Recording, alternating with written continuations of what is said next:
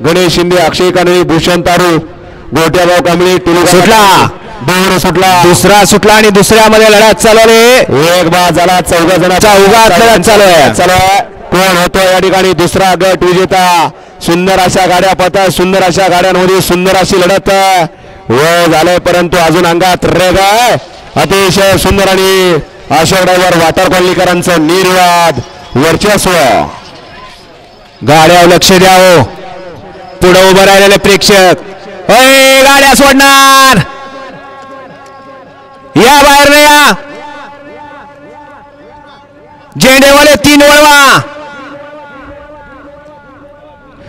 वळवा 3 वळवा,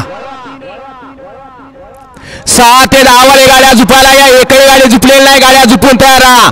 11 ते 20 वाले गाड्या झुपायला घ्या,